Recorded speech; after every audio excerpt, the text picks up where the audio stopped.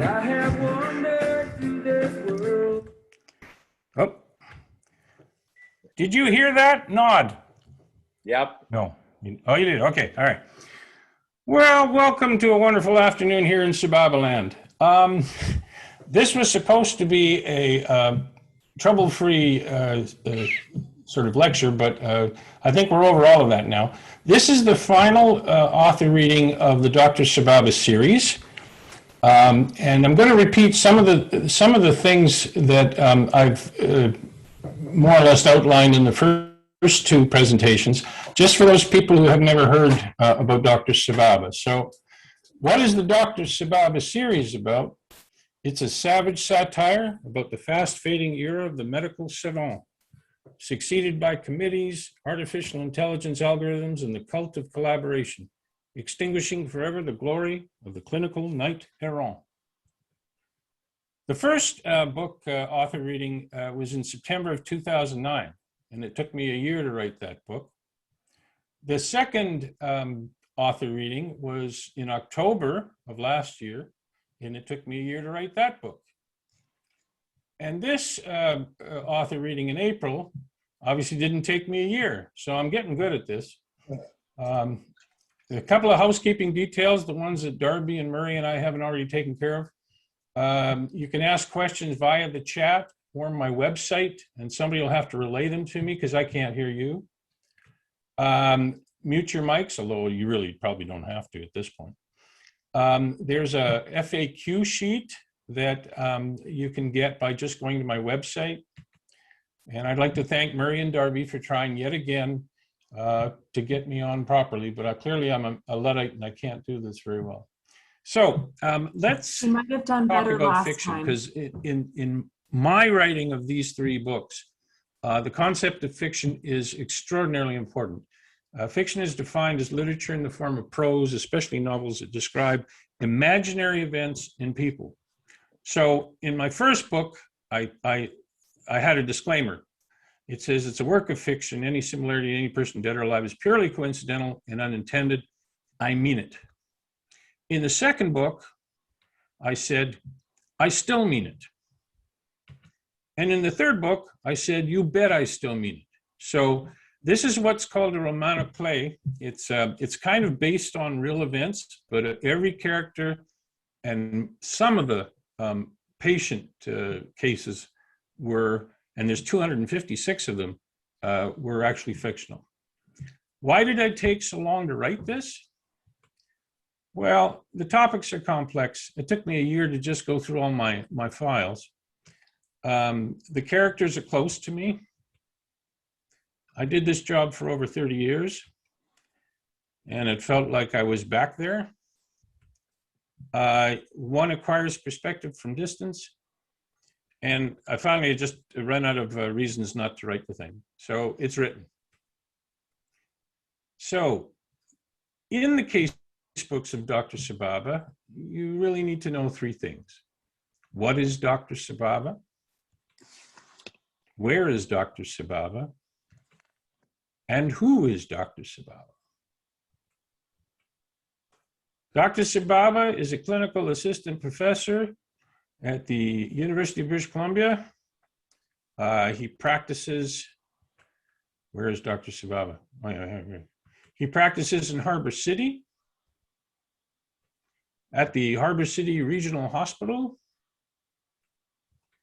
He does some of his work, his best work, in the intensive care unit. And there is an actual bed from the Harbour City Regional Hospital ICU. After a night on call, Sababa's ICU room looks more like that. Sababa works in Harbour City Emergency. He works in the medical ward. And he also works at his office, where he has a residence room for his many residents. And where does Dr. Sababa live? He lives on a small homestead on a lake where they found piranha. Anyway, that's another story. And so, who is Dr. Sababa?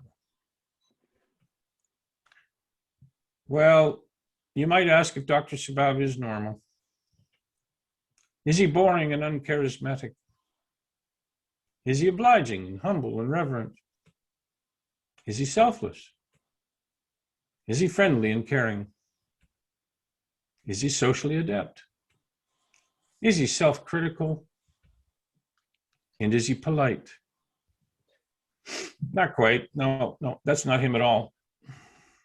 Instead, he resembles other expert consultants, these two in particular, who are brought into cases that have proven too difficult for other investigators, who is able to think outside the box, who have mind-blowing observational abilities, deductive skills, and esoteric knowledge, who can realize a great number of facts just by looking at you, who know a lot about everything and have an extraordinary aptitude for small things, who are passionate about knowledge for its own sake, who unfortunately come to too rapid conclusions after the briefest examination of the circumstances, who are infinitely lazy unless something intrigues them, who are totally indifferent to the people they work for. They view clients or patients as annoying yet necessary variables. And they're committed to helping others just for the mystery itself, driven by the challenge to solve whatever puzzle is at hand. And they're good at it. So they're anti-heroes with the intellectual power to produce coherence and bring order. The critical element is the resolution of the puzzle rather than the restoration of the person. They are not patient or client-centered, they are puzzle-centered. And their personalities, as a result, are very unconventional. They're magnetic, charismatic, musical, condescending, arrogant, sarcastic, misanthropic, antisocial, self-indulgent, aloof, cold-blooded, scientific. They lack social skills, they rationalize their behavior, and they're brusque. So they have some different qualities. The inspiration for Sherlock Holmes was a physician by the name of Joseph Bell. The inspiration for Gregory House was Sherlock Holmes, House and Holmes. And nobody really knows what the inspiration was for Dr. Sababa. Their marital statuses are different. Holmes was single, House is separated, and I am fortunately still married. They live in different places. Holmes lived in London, House lives in Princeton, New Jersey, and Sababa lived in Harbour City, British Columbia. And their poisons are different. Sherlock Holmes loved cocaine, House liked hydrocodone, and Sababa is severely addicted to Pinot Noir. So Sababa's got a few things that these other guys don't have. He's got a Colombian leather briefcase. He's got a little black book of remedies. He has a Littman Master Cardiology black and brass stethoscope, a dimpled and dented white Honda Civic, and a music library on a secret drive hidden deep inside the hospital computer network. And as of last week, that M drive is still there with 5,000 songs on it. And don't tell anybody because I'm going to leave it as a legacy. So in his daily routine, Sababa encounters all kinds of humans in Harbour City. And some of the ones he encounters are challenges. They're adversarial sometimes. He encounters suits. He encounters snowflakes. He encounters charlatans. And this time, for the first time in the Dr. Sababa series, in the last casebook of Dr. Sababa, he encounters saboteurs. So the suits, you're all probably familiar with suits. They're a panel of experts. They like to get in between cause and effect, and they're heavily into process. They determine how you get to work in the system. Now, Sababa, in his infinite wisdom, had devised an equation of medical bureaucratic inequity, which goes like this. X is equal power over knowledge plus accountability. And in an ideal world, you'd want X equal to 1. You should only have power as your knowledge and accountability should allow you. Bureaucratic X is infinite, not so much because they have all the power, but because they have no knowledge and accountability. And physicians X is zero, not so much because they don't have infinite knowledge and accountability, but because they have no power. So snowflakes are certain kinds of patients that Sababa encounters. And they're probably some of the most humorous passages in any of the three books. Charlatans, there's lots of charlatans in Harbour City. And they occasionally are problematic for how Sababa needs to treat his patients. And then finally, in this book, there are two kinds of physician saboteurs. There is the doctor of greed and the doctor of narcissism, which you will meet through the book. Now, you might think that these challenges are problematic for Sababa, but he does kind of take them in stride, kind of, you know. So I'm just going to run through the cases in the three books, and I'm going to make a distinction here. The first book, the Casebook of Dr. Sababa, is actually two books. So the first volume has the Book of Spring and the Book of Summer. The next Casebook of Dr. Sababa is the Book of Autumn. And the last Casebook of Dr. Sababa it also contains two books, the Book of Winter and the Book of Void. And those 5 categories were coined by Miyamoto Musashi, who was a famous masterless samurai who Sababa always refers to. So these are the cases that you would have read about if you'd read the casebook, or if you have read the casebook, the original casebook of Dr. Sababa.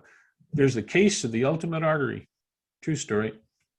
The case of the broken heart, true story. The case of the Cornelian dilemma, also true. The case of the Parthian shot, again. The case of the syncopated rhythm, most of it's true. The case of the lush vegetation, true. The case of the flushed fisherman, true. The case of the melting man, true. The case of the pretty bird, true. The case of the Sumatran mosquito, very true. The case of the deadly tree, true. And the case of the double whammy, also true. So far we're off to a good start. The next casebook of Dr. Sababa has 6 cases. And you remember I said there's 256 cases in all these books? Well, these are the main cases in these chapters. The case of the universal veil, the case of the orange faller, the case of the tumescent tattoos. This is one of my favorite stories. The case of the Congo stain, the case from the crack of doom, and the case of the sensitive smurf. So now we're into new territory for all of you, pretty much. The last cases of Dr. Sababa. The case of the Aboriginal snowman, the case of the cedar shakes and shingles, the case of the ruptured rosary, the case of Ondine's curse, the case of the progressive paralysis, the case of the spicy schoolgirl, and the case of the painful playground. So guess which one I'm going to read from for today's reading? Well, you can't say anything, so I'm going to read you a passage from the case of the spicy schoolgirl, because it's a good passage, right? So a little background. In every book, Sababa has a resident either from VIU or from Harvard or wherever. And his resident in this book is Alex Harding from Massachusetts, from Harvard Medical School. The spicy schoolgirl, actually, I have to sort of tell you what she had. She had nutmeg intoxication, which is a wonderful, wonderful thing to manage. But her boyfriend, her name is Starlight Trail, and she's a cheerleader at Cliffs of Dover High School. And her boyfriend is named Jules Bengay. And he comes in right after her with another problem.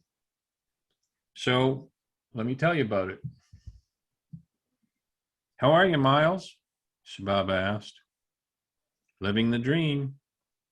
Dreaming permits us to be quietly and safely insane every night of our lives, he said. You have our second case from last night? Uh-huh, Miles said. Jules Bengay, 18-year-old high school student, heads up the Cliffs of Dover football and ice hockey teams. We call him Captain Nosebleed. Quite the resume, Sababa said. Why is he here? His parents brought him in, Miles said. Found him short of breath and vomiting, with lightheadedness and ringing in his ears. We found him with a fast pulse and respiratory rate, clear lungs, and otherwise normal exam. But it was his lab results that got our attention. What about them? Alex asked. Turns out his fast respiratory rate was Kussmaul's breathing, Miles said. He was trying to blow off the excess acid in his bloodstream. Serum bicarb was 15, and his anion gap was 21. Alex mused. Anion gap metabolic acidosis and ringing in his ears. Did you do an aspirin level? Our thoughts exactly, Miles said. Salicylate poisoning. His first level came back at 4.924 millimoles per liter. 2 hours later, it was still 4.5619 millimoles per liter. We started a bicarb and potassium drip and went back to question him about it. And? Sababa asked. He denied it, Miles said. Swore up and down on a stack of Bibles that he didn't take an aspirin overdose. His parents supported him. Said they didn't keep any aspirin in the house. They've gone to work, but they said they'd be back later. Where is he? Bed 5, Miles said. I'll introduce you, but be forewarned. The only thing bigger than his ego is his attitude. A multitude of aptitude and rectitude, which will decide his altitude and plenitude, Sababa said. Behind Captain Nosebleed's curtain, his nurse was hanging another IV bag. What are his vitals now, Dinah? Sababa asked. He's afebrile, she said. You can see his heart rate and blood pressure on the monitor. And so you know, I haven't charted a true respiratory rate since nursing school. It's less than when he came in, Miles said. Jules, this is Dr. Sababa. He's a walking mass spectrometer. And this is his resident, Dr. Harding. Okay, Boomer. I've told him about how you claim to not having taken any aspirin, Miles said, despite your high blood levels. Bet, Jules said. Hello, hello, hello, how low, Sababa sang. With the lights out, it's less dangerous. What are you singing, Sab? Miles asked. Yeah, Brew, Jules said. Something about that song makes me uncomfy. Smells like Teen Spirit, Sababa said. Closer than his toes than his head. Now what could be closer to the bottom than the top that would need a whole tube of Nirvana pain relief? Can't even, he said. Why are you pressed, bro? I don't believe you were trying to commit suicide, Jules, Sababa said, but I do think you were trying to see God. Extra, Jules said. You need to chill. That smell, gentlemen, is oil of wintergreen, an extract from Gaultheria procumbens, Sababa said. And Captain Nosebleed here has been rubbing it hard and fast where the sun don't shine. What do you mean, Jules protested. The active ingredient in oil of wintergreen is methyl salicylate, Sababa said, which gets hydrolyzed to salicylic acid in the gut. A 60 ml tube of over-the-counter rubefacient contains oil of wintergreen equal to 37 grams of aspirin, or about 114 adult aspirin tablets. Which one did you use, Jules? Icy hot pain-relieving cream, he said, but I didn't swallow it. No one says you did, Sababa said. But did you know that scrotal skin can have up to 40-fold greater absorption compared to other dermal regions? You're lucky you didn't get a chemical burn down there. How do you know all this stuff? Jules asked. It is my business to know what other people don't know, Sababa said. And now you know as well. You've discovered icy hot, and you found your Willie. So today's the day you get to learn about anion gap metabolic acidosis. Same condition that afflicted Charles II of Spain. Am I going to die? No, but you may wish you had. Sababa pulled a Monte Cristo No. 2 from his Colombian leather bag and handed it to the patient. I know of 2 parents who might think you're one of those people who'd be enormously improved by death.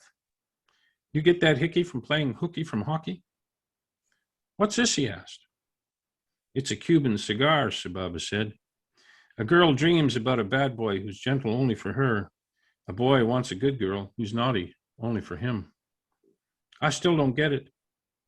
Congratulations, Captain Nosebleed, Sababa said. You're a daddy.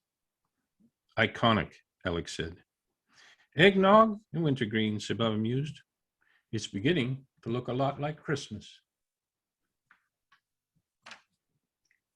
So that's that one. Okay, so just a couple, we've got an airplane flying overhead, but just a couple of points, how to read the case books. You can read them on a lyrical level. You don't need a medical background to read the books. If you have any analytical bent, they're twice as enjoyable. But then you can skip both of those and you can go right to an existential level, because I think there's some high-minded principles that I'm trying to get across in these books, although I probably don't understand all of them. So where can you get the Dr. Sababa series? All over. Amazon is my go-to. You can get the print books, the ebooks, the audiobooks. There's a dozen other platforms. And then, of course, there's the Vancouver Island Regional Library System. And I have to thank Darby Lovett at my home base at North Island there for being such a wonderful sponsor for all of these books. If you have any questions, good luck to you. But I think Murray and Darby can probably transmit them to me in one form or another. Yes, you can either type them in the chat or you can say them and then we will repeat them and Dr. Rink will hear us. Might have to hold them up or get Murray to call me or something. I'm going to call you, Wink. Anyway, you can write them through this through my website, and I promise I'll get back to you individually. One of the questions you might ask is, where do we go from here? Because God, this is my 15th book. You know, you think something would have moved by now. Oh, hang on. Here's a question. Hello.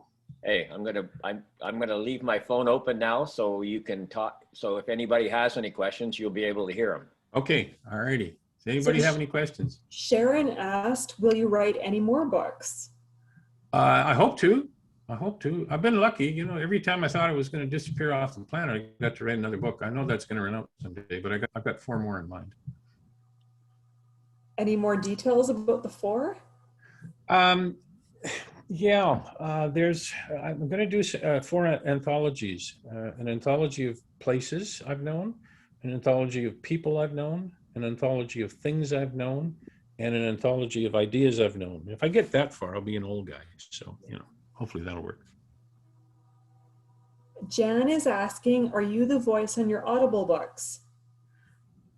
Who did the voices in my Audible book? I did. But you don't have to log in twice. You can just take them right off the Audible. And all the Audible sites all around the world, they've all got different reviews. She looked happy, in case you didn't know. He looks happy? Jan looked happy. Jan looks happy. Jan, Yeah. Oh, tell Jan she's in the last book, as is Vanessa. I met them on the trail around Westwood Lake, and I asked if they wanted to be in the book, and they said yes, so they're in it. Good luck. Okay, so I do have one more thing that I'm going to share with you that has just actually happened in the last week. It appears, and I don't want to crow too loudly because it might get heard south of the border, but it appears that we're in some kind of negotiation for a made-for-TV film and series for the Casebook of Dr. Sababa. So we'll get together next year and we'll see how that's gone. Very exciting, Wink. That's good. Yeah. Well, I thank you all for tuning in, and I'm sorry it wasn't as perfect as we'd like to make it, but hopefully you'll enjoy the books. And if you do, please post reviews, because I need some reviews. Okay. Have a lovely Sababaland afternoon.